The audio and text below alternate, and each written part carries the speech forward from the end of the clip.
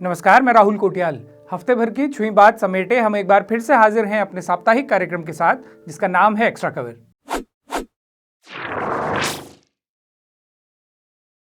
उत्तराखंड में कुछ समस्याएं इतनी आम हो चली हैं कि वो भले ही लगातार विकराल होती जा रही हों, लेकिन उन्हें वैसे ही स्वीकार्य बना दिया गया है जैसा सरकारी विभागों में घूस लेना स्वीकार्य होता है कि लेंदु छेच घूस भेजी सब भी जणन, पर झूठ क्यों बन कभी लींद नहीं दिखे। इसलिए कमीशन खोरी, घूस लेना और भ्रष्टाचार की खबरें अब हमें सिर्फ तब चौंकाती हैं जब उसका आंकड़ा सैकड़ों या हजारों करोड़ में पहुंच चुका हो।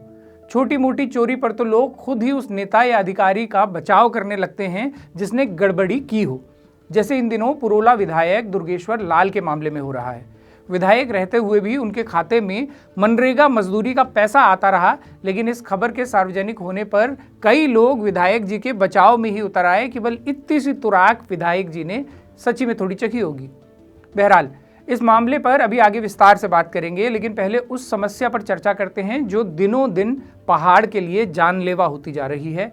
फिर भी उसका ऐसा सामान्यीकरण किया जा रहा है जैसे पहाड़ की नियति से इस समस्या को मिटा पाना अब नामुमकिन हो गया हो। ये समस्या है लगातार बढ़ रहे जंगली जानवरों के हमलों की। इसी साल कई लोगों की मौत जंगली जानवरों के हमलों में हो चुकी है। तेंदुए और भालू के हमले इतनी तेजी से बढ़ रहे हैं कि पहाड़ के कई इलाकों में कर्फ्यू जैसी स्थिति हो चली है और कई इलाकों में बच्चों के स्कूल बंद कर दिए गए हैं। कई जगह ऐसी भी हैं जहां शिक्षकों ने अपने स्तर पर ही स्कूल में खुलने और बंद होने के समय भी परिवर्तित किए हैं, लेकिन ये सभी प्रयास नाकाफी हैं और जानवरों के हमले अब इस स्तर तक पहुंच चुके हैं कि भालू स्कूल के अंदर बच्चों पर हमला करने पहुंच रहा है। चमोली जिले के नागनाथ पोखरी क्षेत्र का ये हालिया वीडियो देखकर पहले आप इस समस्या की गंभीरता को समझने की कोशिश कीजिए। क्या हुआ बच्चा, क्या हुआ है? क्या हुआ सर? हम आ रहे थे सर, भालू इसको लेके सीधा उधर गया। है? सर तब पे इसे ढूंढते उधर। ये बच्चा है हमारा, आ रहा हूँ। अब देखो, कल ही एक घटना हुई भालू की और आज ये दूसरी घटना। इसको हम झाड़ी से लाए इस तरह से, पीछे से पकड़ करके यहाँ से पकड़ करके, और इसके पीछे जिसको बचाने के लिए बालिका गई, इसको भी चोट आई है। आज हमने विद्यालय देर से शुरू किया था। हमने कहा था 9 बजे बाद आप विद्यालय में आना। ये बच्चे 9:15 साढ़े 9 के करीब विद्यालय पहुंचे हैं और फिर से ये घटना आज भालू ने फिर से क्लास में आकर के, मतलब बच्चे स्कूल में आ गए थे। उसके बाद इसने इसको भगाया है, उसको झपटा दिया है और ये झाड़ियों से लाए हम इसको। तो बच्चों ने हल्ला किया होगा तो वो भाग गया पीछे से, यहाँ से उसको पकड़ा है। यहाँ से बहुत खतरनाक है भाई, बहुत संवेदनशील है। और कल इतनी बड़ी घटना हुई है, प्रशासन ने अभी तक स्कूलों के लिए कोई डायरेक्शन नहीं किए हैं। हमने खुद बोला है कि हम विद्यालय को देर से करेंगे, सारे अभिभावकों को फोन करके कि बच्चों को 9 बजे बाद भेजें। उसके बावजूद और आप देखेंगे कि स्कूल के बगल से ही झाड़ियां शुरू हो जाती हैं। पूरे गांव खाली है और झाड़ियां हैं एकदम। तो यहाँ पर से इसको उठाया है, यहाँ से और यहाँ से फिर ये इस रास्ते से भाग करके, और जहां पर वो बच्चा मेरे को मिला है मैं आपको बताता हूं। जब मैं पीछे से दौड़ करके आया हूं तो ये देखो, ऐसी झाड़ियां हैं, ये ऐसी झाड़ियां हैं। और ये बच्चा जो मुझे मिला वो यहाँ मिला है, इस झाड़ी के अंदर। यहाँ से गया और यहाँ नीचे मेरे को ये बच्चा मिला है। फिर मैं उसको गोद में उठा के लाया हूँ और उसके पीछे जो बालिका भागी थी वो पीछे गिरी है। बहुत खतरनाक है, बहुत खतरनाक है। और देखो आप, कोई बहुत संवेदनशील, कोई संजीदा नहीं है भाई। कल इतना बड़ा वायरल हो रहा है वीडियो यही हरिशंकर का, जूनियर हाई स्कूल हरिशंकर, विकासखंड पोखरी, उत्तराखंड, जनपद चमोली, उत्तराखंड से मैं अध्यापक हूँ, उपेंद्र सती। और आप ये देखिए, कल एक घटना हुई, एक बालक को पीछे से भालू ने झपटा मारा और आज दूसरे बच्चे को भालू ने झपटा मारा। 2 भालू थे यहाँ पे आए हुए। कितने थे वो यहाँ पे आए थे? जो क्लास में आया वो छोटा था। जी नहीं, जो वहाँ पे था वो वो छोटा था, जो क्लास में आया वो बड़ा था। हाँ सर उसने वहाँ दरवाजे बिना खुलवा जैसे ही मैंने वहाँ सुना, मैं इधर आया, हाँ वो अंदर से आया, मैंने अंदर नहीं देखा, मैंने नीचे देखा, अंदर से आया, उसने पीछे पकड़ा और सीधा वो पीठ पाड़ी। हाँ। जैसे ही मैंने देखा तो मैंने उससे यहाँ मारा, उसने पंजा यहाँ भी। हाँ। जब मैं भागा तो वहाँ तक भागा, तब तक वहाँ दूसरा था और उसने यहाँ ऐसा आया वो, हाँ। और मैं वहाँ नीचे गिर गया। सर तब इसने बोला बचाओ, तब मैं इसे बचाने के लिए गई उधर ही, वहाँ कोई नहीं मिला मुझे, ये यहाँ पे था। हाँ चलो यार शुक्र करो। हाँ दुख नहीं रहा तो जल्दी चाहिए। ये देखो ये यहाँ से पकड़ा भाई उसने। सर उसने अंदर तो इस पे तो नहीं आए होंगे खरोच जी। सर ये भी फाड़ रखा है अंदर का। क्लास तुम लोग कहाँ थे जिस समय वो आया? हाँ सर वो अंदर आया, जब तक हम बाहर आते इसने बोला भागो वहाँ यहाँ से। हाँ हम अंदर क्लास में गए, सर ये हम अंदर आए, वहाँ साथ की क्लास में हाँ सर हम अंदर छुप गए थे, तब ये दोनों उधर भाग गए इसको लेने के लिए। तब सारे क्लास में लोग थे, हाँ सर दरवाजे पे फाड़ रखे हैं अंदर। अरे यार कितना कैसे बचाएंगे यार हम बच्चों को, कैसे बचाएं हम बच्चों को? जरा सा आप लोग भी देखें भाई, वीडियो देखें और ये स्थिति देखें। यहाँ देखिए बच्चे अंदर थे और बाहर से बाहर उन्हें ऐसा क्या है, ये देखिए आप, ये देखिए इन बच्चों ने अंदर से दरवाजा बंद करिए आपने बचाने के लिए, बाहर से बाहर उन्हें ऐसा क्या। ये घटना है 9:30 की 9:15 की। आप देखो कैसे अध्यापक रहेंगे, कैसे बार बार हम बोल रहे हैं, विभाग को लिख रहे हैं, फॉरेस्ट को बोल रहे हैं कि भाई हम लोग बहुत संकट में हैं, जंगल के बीच में हैं, बच्चों को बचाना बहुत कठिन हो रहा है और बहुत हल्के में ले रहे हैं भाई, हल्के में। ये देखो ये सारे गमले यहाँ से आया हूँ। ये बच्चा खुशकिस्मत था कि उसकी जान बच गई, लेकिन इस वीडियो में कई ऐसे पहलू हैं जो साफ साफ दर्शाते हैं कि ये समस्या अब कितनी गहरी हो चली है। स्कूल के आसपास उगाई झाड़ियां और जंगल जानवरों के लिए मुफीद माहौल बनाते हैं।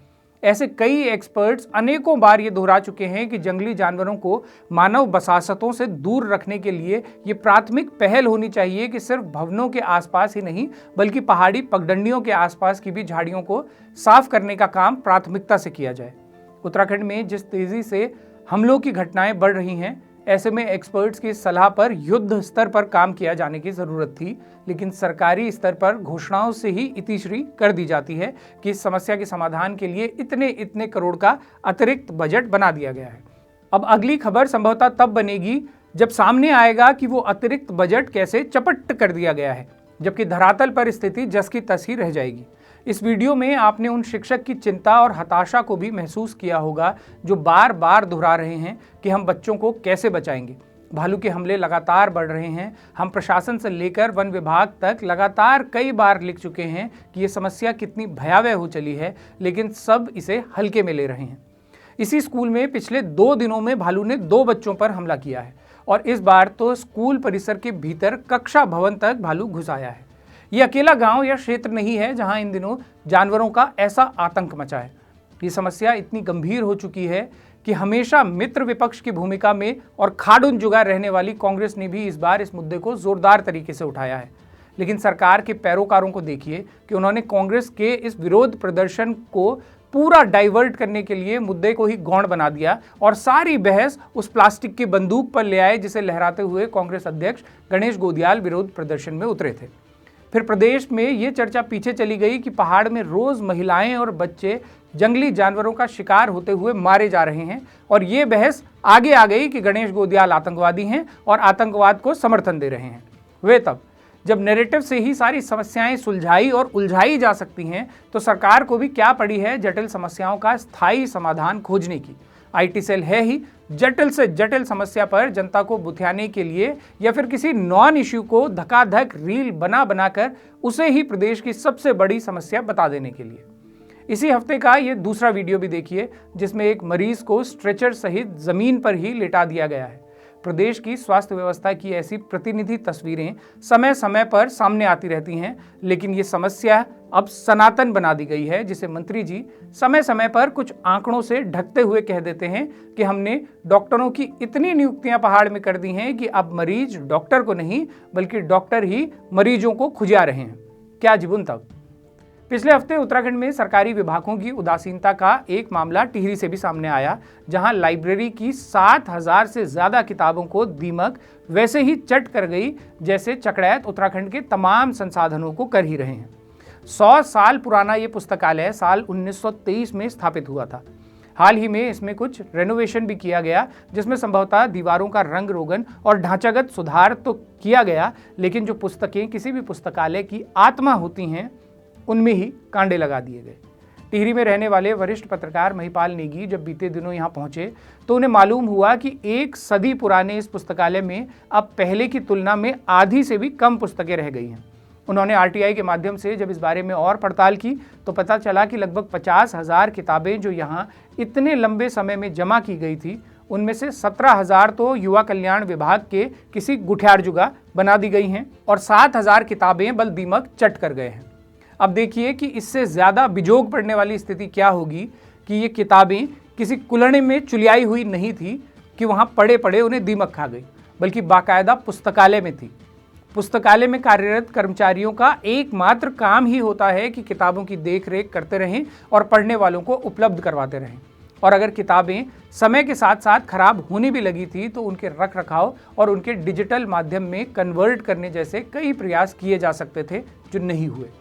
इन किताबों के साथ साथ कितना कुछ नष्ट हो गया, इस ओर ध्यान खींचते हुए महिपाल नेगी बताते हैं कि टिहरी के डूबने के साथ एक पूरी सभ्यता डूब चुकी है, लेकिन किताबों और पांडुलिपियों के माध्यम से जो विरासत बचकर यहाँ तक पहुँच सकी थी, वो धरोहर भी इस तरह से बर्बाद की जा रही है।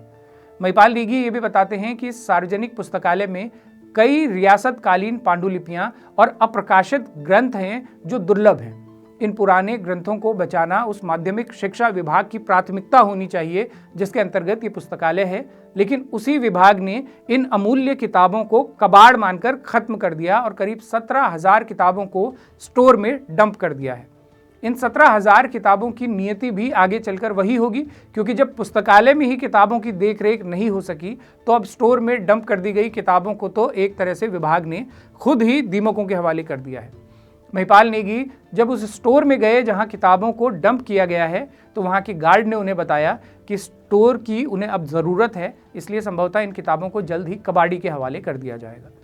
इन किताबों के साथ गढ़वाल के इतिहास की कितनी समृद्ध विरासत खत्म होने की कगार पर है, इसे आप महिपाल नेगी की जुबानी सुनकर भी समझने की कोशिश कीजिए। रियासत काल का गजट भी वहां पर था। वहां पर ऐसे कागज पर किताबें छापी गई हैं या पांडुलिपियां हैं जो कागज टिहरी जेल में तब बनता था। तो 1923 की कुछ ऐसी किताबें देखी जो टिहरी के उस समय के विद्वान लोगों ने, लेखकों ने उस पुस्तकालय को दान की होंगी। 1923 में टिहरी में बड़े विद्वान लोग भी हुए, क्योंकि राजधानी थी, श्रीनगरगढ़ से राजधानी टिहरी आई थी, वहां बड़े विद्वान लोग भी हुए हैं। खुद जो संस्थापक राजा हुए टिहरी के, सुदर्शन सार, उन्होंने एक सभासार लिखा था, सभासार ग्रंथ ब्रज भाषा में। वो आज तक प्रकाशित नहीं हुआ। उसकी मूल पांडुलिपि उस पुस्तकालय में थी, लेकिन अब वो पांडुलिपि कहाँ है? आचार्य बालकृष्ण भट्ट जी बड़े विद्वान हुए, उत्तराखंड के बड़े विद्वान हुए, जिन्होंने संस्कृत में कनक वंश नाम से, कनक वंश का पूरा 1000 साल का इतिहास लिखा संस्कृत के छंदबद्ध छंदों में। वो 4 खंड थे। अब वो 4 खंड कहाँ चले गए?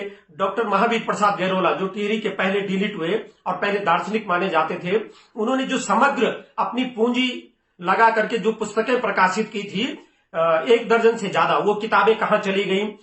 एक उदाहरण मैं आपको दूं। एक बार मैं कुछ साल पहले इस पुस्तकालय में गया तो मुझे एक पन्ना अलग से दिखा, पुराना सा, उस पे 1949 में प्रकाशित किसी किताब की भूमिका राहुल सांकृत्यायन ने लिखी हुई थी, और मुझे उससे पहले मालूम नहीं था कि ये भूमिका टिहरी के किसी कवि के संकलन की भूमिका राहुल सांकृत्यायन ने लिखी है।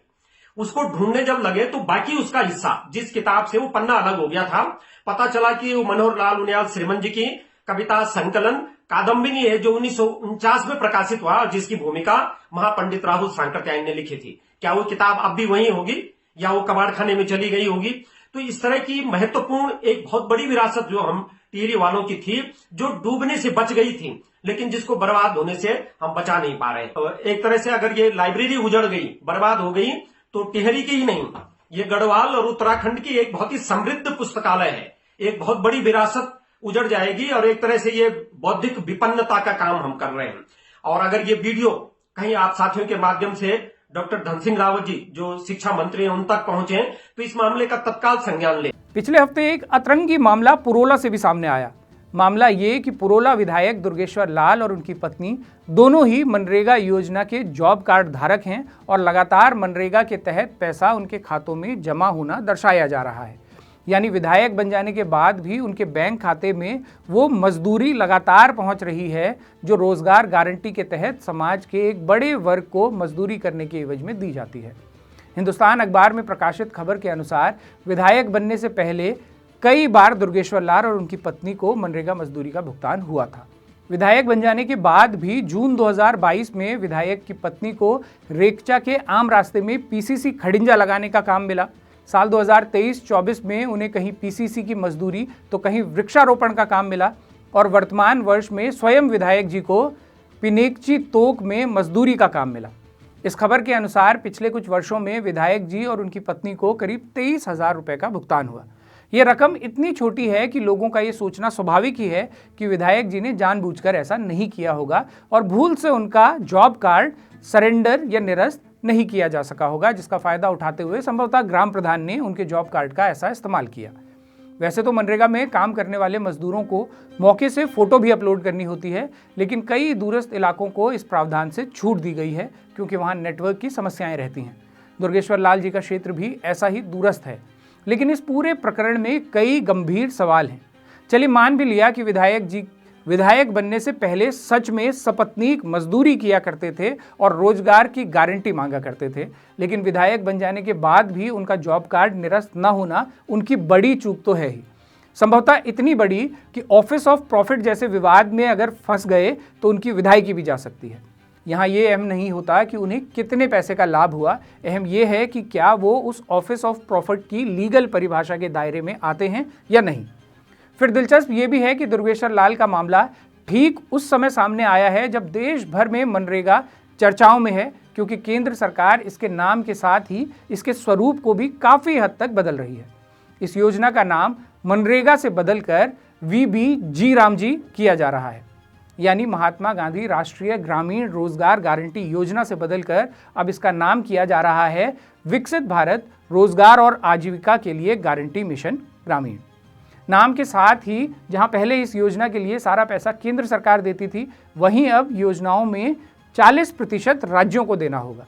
विपक्ष इस फैसले का खूब विरोध कर रहा है, जबकि केंद्र सरकार का तर्क है कि ये योजना भ्रष्टाचार का केंद्र है जिसमें सुधार करने के लिए ये बदलाव जरूरी हैं। अब केंद्र में मची इसी घपरोल के बीच उत्तराखंड से खबर आ गई कि केंद्रीय भाजपा जिस योजना में भयानक भ्रष्टाचार की बात कर रही है, यहां उसी पार्टी के विधायक इस भ्रष्टाचार में शामिल नजर आ रहे हैं। इस योजना में विधायक जी और उनकी पत्नी का जॉब कार्ड सतत चलते रहना और उनके खातों में पैसे आते रहना ये भी इशारा कर रहा है कि ऐसे न जाने कितने खाते होंगे जिनका इस्तेमाल सिर्फ योजना लेने और उसके पैसे बांटने के लिए किया जा रहा होगा। जब एक विधायक जैसे व्यक्ति का नाम और बैंक खाता इस्तेमाल हो रहा है तो अल्पचर्चित लोग तो बड़े पैमाने पर इसके लिए इस्तेमाल किए जा रहे होंगे, और ऐसे तमाम खातों में पैसा आने का मतलब है कि या तो धरातल पर काम करने वाले असली मजदूर योजना के सीधे लाभार्थी नहीं बन पा रहे हैं, या फिर ऐसे खातों से कमीशन कटवा कर भुगतान पा रहे हैं, और या धरातल पर काम करने वाले कम हैं जबकि भुगतान पाने वाले खातों की संख्या असल मजदूरों से ज़्यादा है। तो जो भी सरकारी धन आ रहा है वो रेवड़ी बनकर बट रहा है। दुर्भाग्यपूर्ण है कि विधायक जी का नाम और खाता भी इसके लिए इस्तेमाल हो रहा है। विपक्ष अगर मजबूती से इस मामले को कोर्ट तक ले गया तो विधायक दुर्गेश्वर लाल के लिए संकट बढ़ सकते हैं और उनकी स्थिति खाया पिया कुछ नहीं और ग्लास तोड़ा 12 आने वाली हो सकती है। तो ये था इस हफ्ते का एक्स्ट्रा कवर। 12 मासा के कार्यक्रम अगर आपको पसंद आते हैं तो हमें मजबूत करने में अपना योगदान ज़रूर दें। इसके लिए आप हमारे चैनल की पेड मेंबरशिप ले सकते हैं, सुपर थैंक्स के माध्यम से सहयोग कर सकते हैं, या फिर स्क्रीन पर दिख रहे इस QR कोड और UPI ID के जरिए सीधा सहयोग भी कर सकते हैं। बाकी अपने सुझाव, एक्स्ट्रा कवर से निकलती कोई खबर अगर आप हम तक पहुंचाना चाहते हैं तो इस मेल ID पर लिख भेजिएगा। अगले हफ्ते फिर से होगी मुलाकात, तब तक के लिए सिमनिया पहला प्रणाम।